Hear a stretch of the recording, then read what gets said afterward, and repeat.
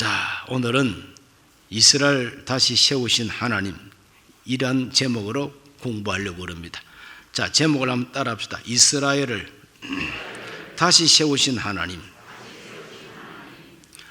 하나님께서 이스라엘 백성들을 자기 백성으로 택한 것은 그 이스라엘 백성이 세계 정치, 국제 사회에 패권 국가로 만들기 위해서 택한 것이 아닙니다.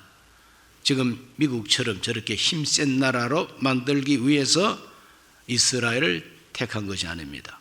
하나님이 이스라엘 나라를 자기 백성으로 택한 목적, 핵심적인 목적, 그것은 바로 야훼가 참 하나님이시다 하는 것을 많은 사람들한테, 많은 다른 민족들한테도 보여주고 알려주기 위해서 증인으로 택했다고 이사야서 43장에서 분명히 말합니다.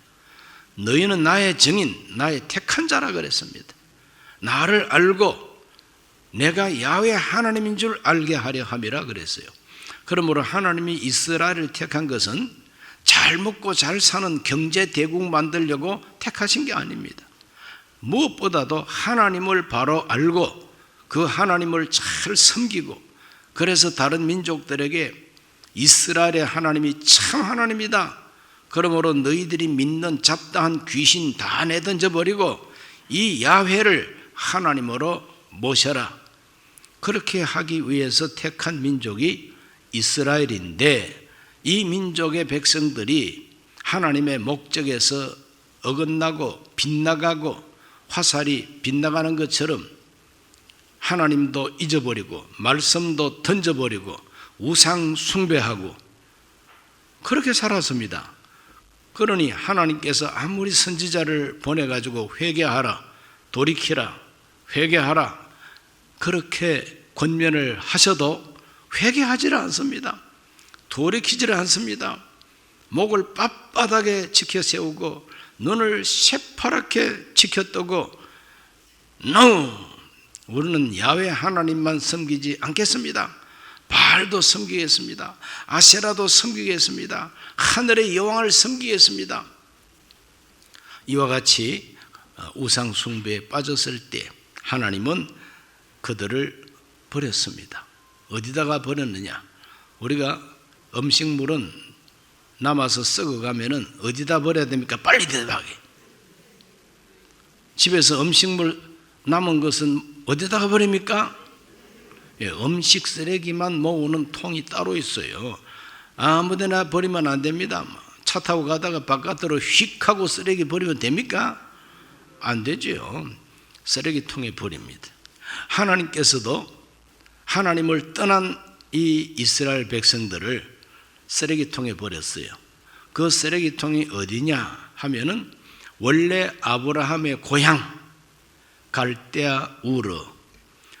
그러므로 하나님께서 원래 아브라함을 불러내셨던 아브라함의 원고향, 아브라함의 본적입니다. 원적, 바로 그 지역으로 하나님께서 다 던져버린 겁니다. 이스라엘 백성들이 포로로 끌려간 지역이 바로 자기들의 조상 아브라함의 고향 땅으로 다 하나님이 쫓아 보내버린 것입니다. 그 쫓아 보낸 그 백성들 이제 쫓겨났습니다. 포로가 되었습니다. 그런데 버림받은 이 족속들 중에서 그래도 하나님 찾고, 옛날에 우리가 정말 참 솔로몬 성전 건축을 하시고 그 솔로몬 성전에서 하나님을 경배하고 예배하던 때가 참 좋았다. 성전이 있었던 그 도시가 바로 시온성입니다. 그래서 시온성을 그리워하고 성전을 그리워하고 언젠가 그 성전에 다시 돌아가서 하나님께 경배를 드릴까?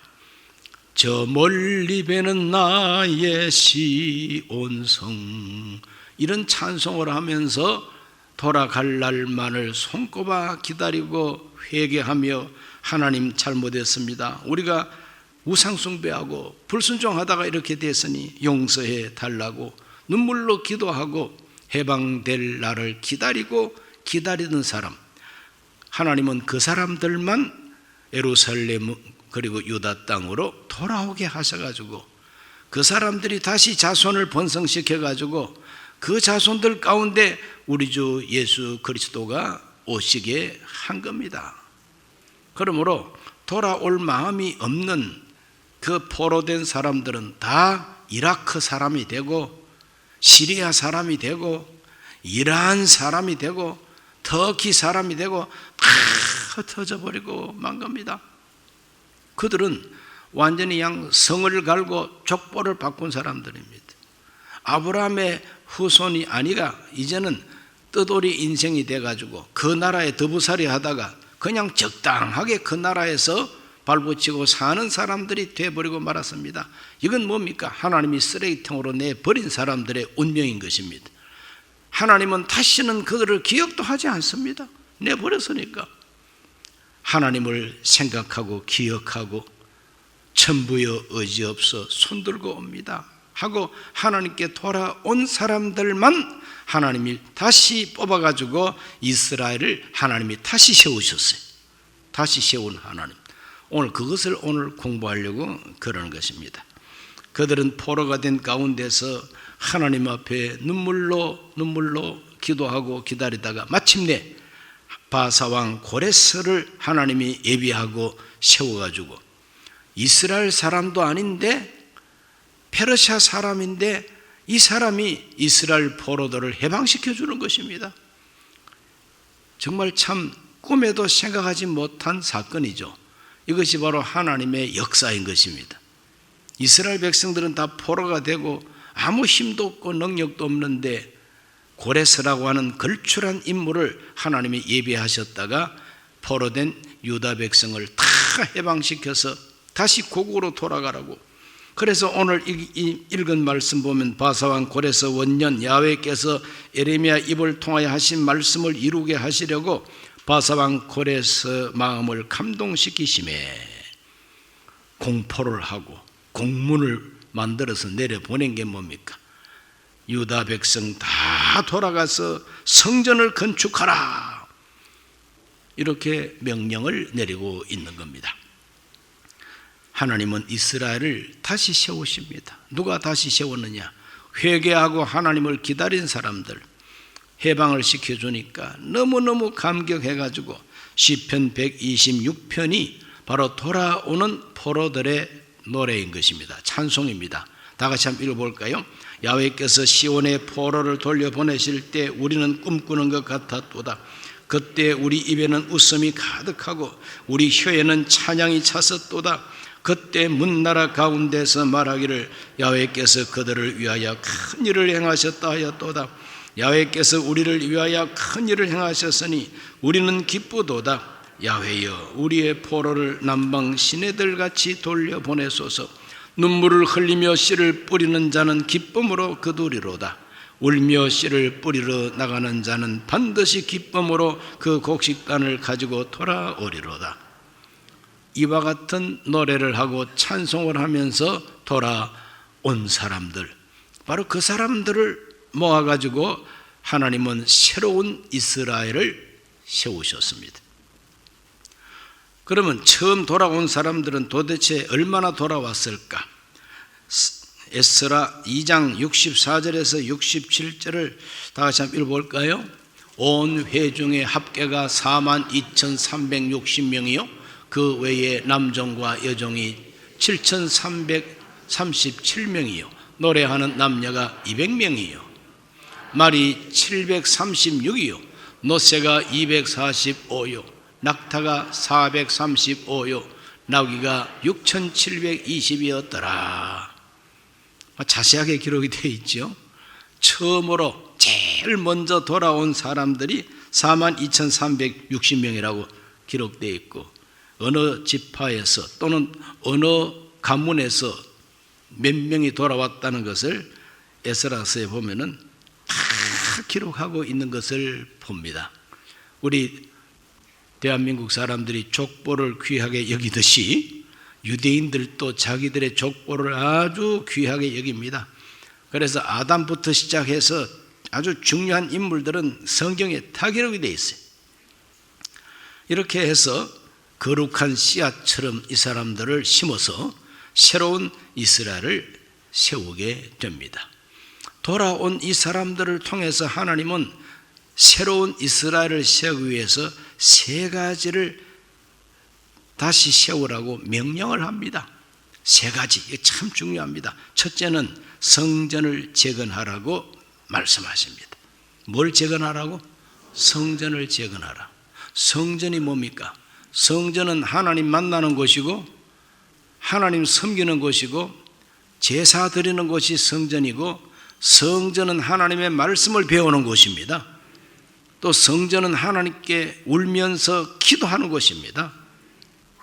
그러니까 하나님과 교제하는 바로 이 성전을 재건하라고 하나님 명령하십니다. 그 명령을 순종했습니다. 에스라 3장 8절과 9절을 다 같이 읽어봅니다.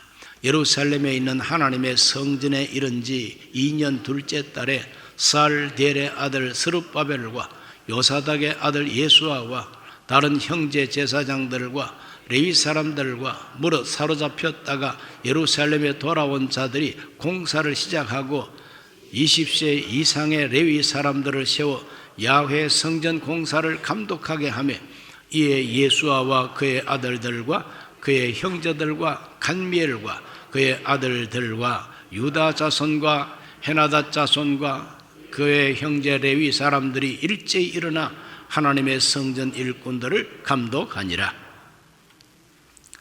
성전 건축을 했다 이 말입니다. 돌아온 이 사람들이 제일 먼저 시작한 일이 성전 건축이에요. 왜냐하면 하나님이 이스라엘을 택한 목적이 하나님을 바로 알고 하나님의 뜻을 알고 순종함으로써 모든 세상 사람들한테 빛이 되고 증인이 되도록 하는 것이 하나님의 목적이기 때문에 그들이 돌아와 가지고 잘 살아보세, 우리도 한번 잘 살아보세, 새마을 운동부터 하나님이 일으킨 것이 아니라 하나님을 섬기는 백성으로 살아보세, 성전 건축부터 했다. 이 성전 건축은 학개 선지자가 아주 독려했던 사업입니다. 학개서 1장 7, 8절 다 같이 읽습니다. 만군의 야훼가 말하노니 너희는 자기 행위를 살필지니라. 너희는 산에 올라가서 나무를 가져다가 성전을 건축하라. 그리하면 내가 그것으로 말미암아 기뻐하고 또 영광을 얻으리라. 야훼가 말하였느니라. 성전 건축을 지체하니까 지체하지 말고 일어서서 산에 올라가 나무를 가져다가 성전 건축하라고 선지자를 통해서 막 채찍질합니다. 그래서 그들은 선지자의 말을 듣고 순종해서 성전을 건축하기를 시작합니다. 그럴 때 하나님이 기뻐하셔서 학개서 2장 18절과 19절에서 이렇게 말합니다. 너희는 오늘 이 전을 기억하라. 아홉째 달 24일 곧 야훼 성전 지대를 쌓던 날부터 기억하여 보라. 곡식 종자가 아직도 창고에 있느냐? 포도나무, 무화과나무, 석류나무, 감람나무의 열매가 맺지 못하였느니라. 그러나 오늘부터는 내가 너희에게 복을 주리라. 성전 건축을 시작만 하고 도중에 방해 세력 있다고 그만 다 집어던지고 자기 집 꾸미는 데만 열심을 내다 보니까 오히려 감람나무에는 소출이 없고 포도나무에 열매가 없고 뭐 되는 일이 없다 이 말이죠. 그러나 성전을 건축하라. 성전을 다시 건축하니까 하나님께서 오늘부터 내가 너희에게 복을 주리라 그랬어요. 그러므로 땅에서 복받고 잘 살려면은 성전 건축부터 서둘러야 된다는 거죠. 오늘 우리 강북교회는 성전 건축을 이미 다 완료했습니다. 눈에 보이는 건물은 우리가 구입해가지고 독차지했지만 이제 자기를 건축해야 되는 거죠. 나를 성전으로 건축해야 된다 이 말이죠.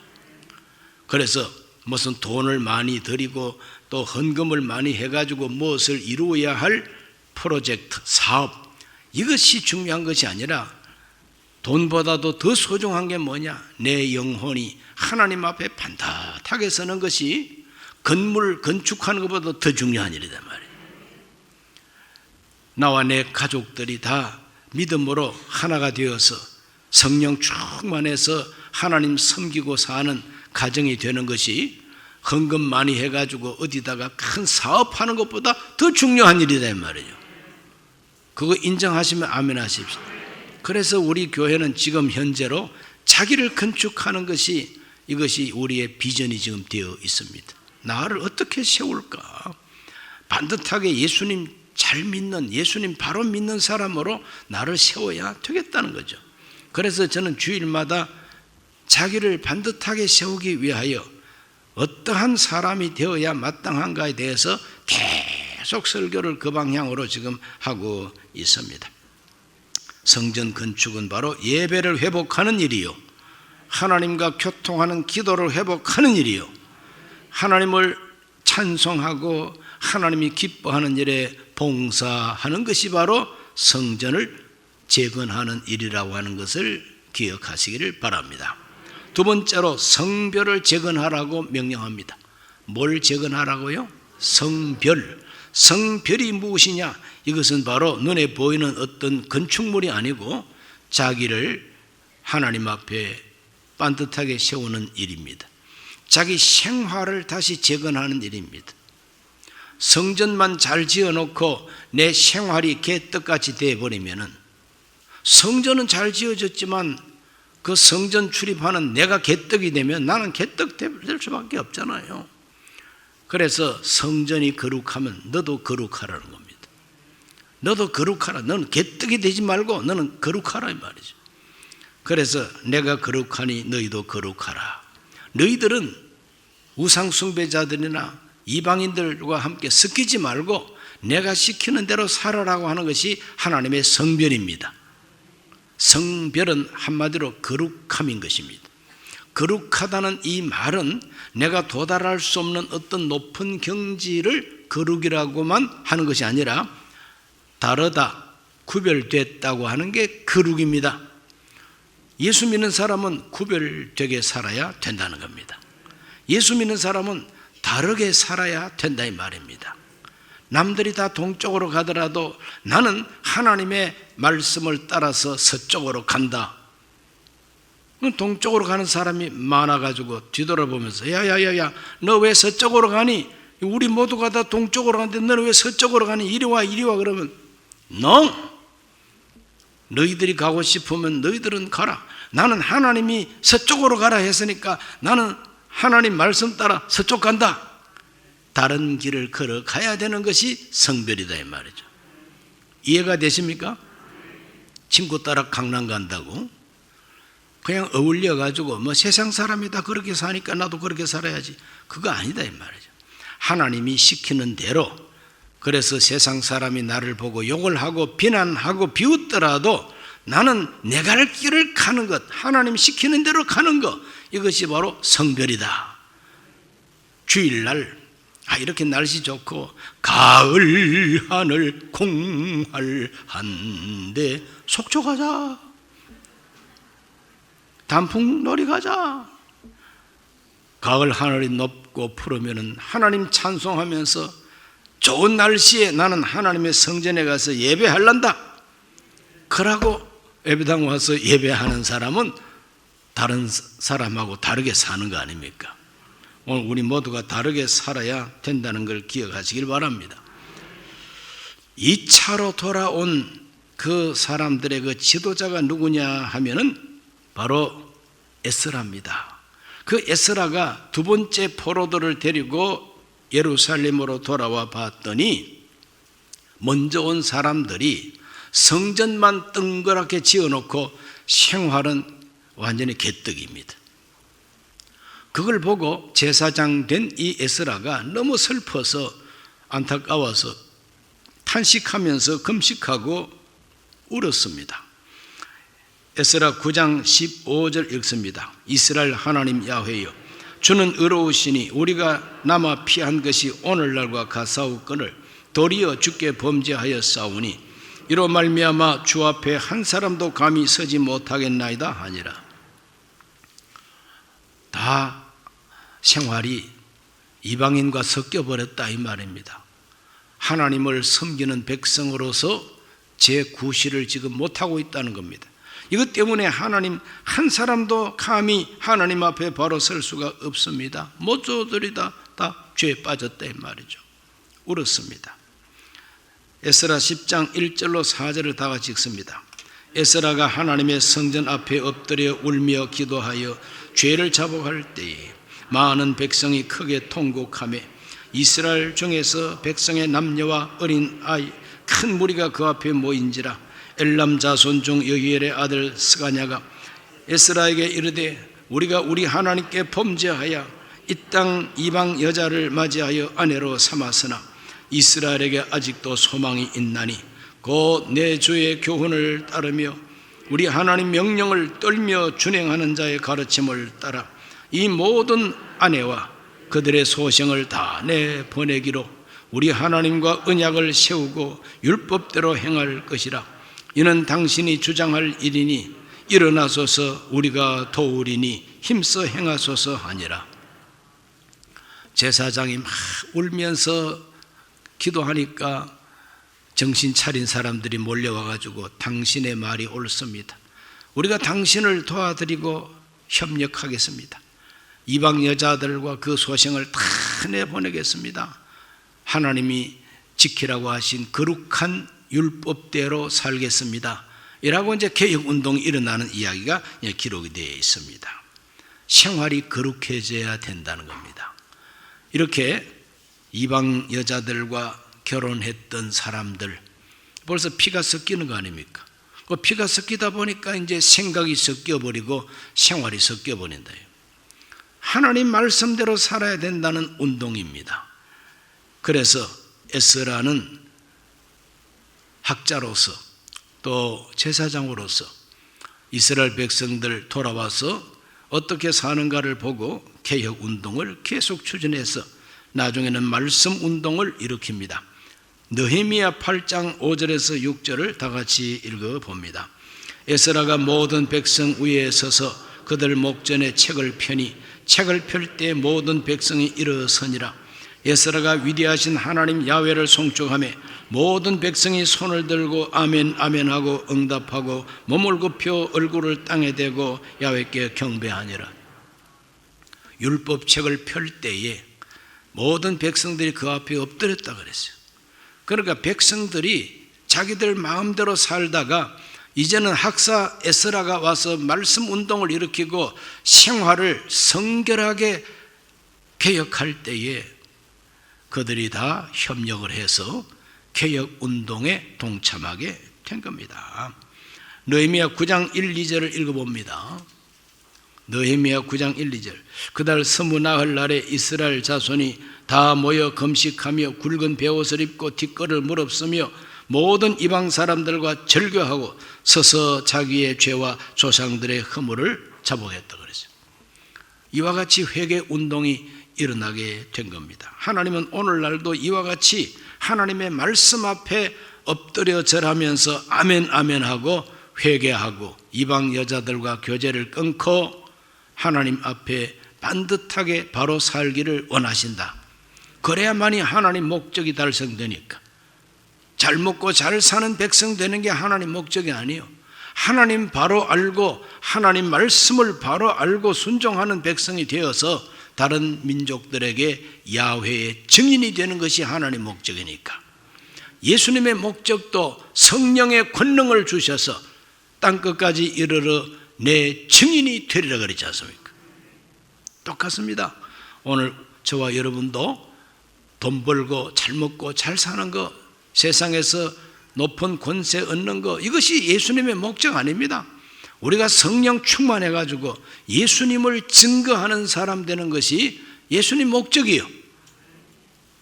그 목적이 싫으면 예수 내버려야죠. 안 그렇습니까? 그 목적이 바로 내 목적이 되는 사람이 끝까지 교회에 남아서 하나님 백성이 될 사람이다 이거죠. 그게 싫은 사람은 하나님은 다 버립니다. 다 버립니다. 막 흔들어서 내버립니다. 떨어질 것 다 떨어져 버려. 그래서 다 내던져 버립니다. 붙어 있는 사람만 붙어 이래가지고 그 사람들을 다시 재건시켜가지고 증인되게 하고 빛을 발하게 하신다 이 말이죠. 세 번째로는 성벽을 재건하라고 명령합니다. 뭘 재건하라고요? 성벽. 무너진 성벽, 황폐해진 성벽, 황성애타가 되어버린 이스라엘 예루살렘 성벽 무너져 있고 성문도 없어. 바로 거기에다가 다시 성벽을 쌓아 올리고 성문을 달고 그러라고 그래요. 느헤미야 2장 17절을 다 같이 읽어보겠습니다. 후에 그들에게 이르기를 우리가 당한 곤경은 너희도 보고 있는 바라. 예루살렘이 황폐하고 성문이 불탔으니 자 예루살렘 성을 건축하여 다시 수치를 당하지 말자. 이 세 번째 운동은 느헤미야가 지도자입니다. 첫 번째 성전 건축은 스룹바벨과 예수와 제사장과 학개, 스가랴 이런 선지자가 핵심이었어요. 두 번째 돌아온 사람들은 성별 운동은 학사 에스라가 지도자였어요. 성벽을 다시 쌓아 올리는 것은 느헤미야가 지도자입니다. 하나님은 그때마다 적합한 지도자를 세워가지고 백성들의 마음을 감동시켜가지고 하나님의 목적을 이루고 무너진 이스라엘을 하나님은 재건하신다는 거지. 무너진 이스라엘을 재건한다 이 말은 무너진 교회를 하나님이 다시 세운다 이 말과 똑같죠. 팬데믹 시대에 코로나 시대에 한국의 기독교가 많이 무너졌습니다. 개척교회들 작은 교회들이 10,000개 정도가 무너져 버렸어요. 교회가 문을 닫아버려서 없어져 버렸어요.